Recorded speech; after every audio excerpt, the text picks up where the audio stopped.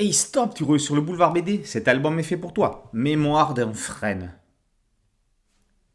Alors qu'ils s'apprêtaient à rentrer chez eux après avoir glané du bois dans la forêt, ces deux frères ne se doutaient pas quel serait leur tombeau.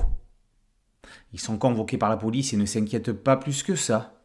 Et pourtant, nous sommes en Corée du Sud en 1950.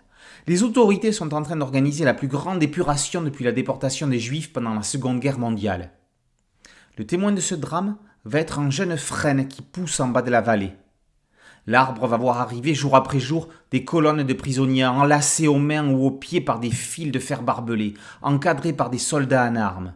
Jour après jour, par groupes de centaines, ils seront exécutés, comme du vulgaire bétail à l'abattoir.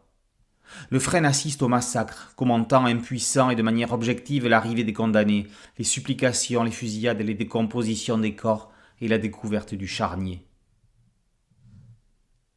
Park Kun-woong adapte une nouvelle inédite en français de l'écrivain coréen Choi Yong-tak.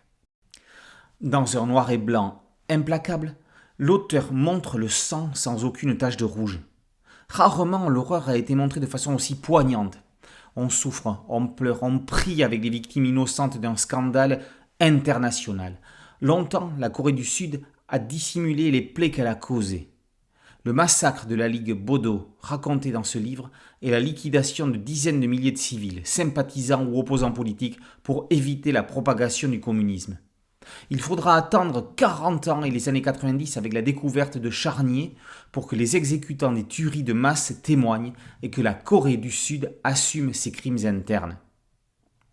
J'espère que cet ouvrage rappellera à chacun combien il est important de se souvenir et de témoigner. Par ces mots, Park Kun-woong montre ses intentions et fait œuvre d'utilité publique.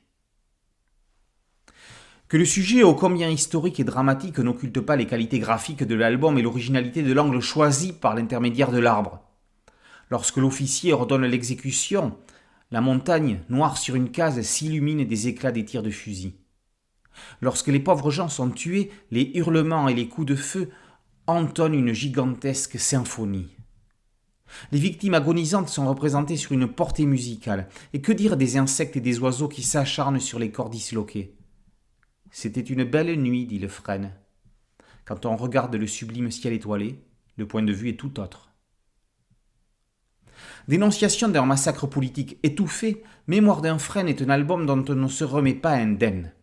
Dur, violent, réaliste, émouvant, le livre trouvera sa meilleure place dans les bibliothèques aux côtés de l'indispensable Maus d'Art Spiegelman.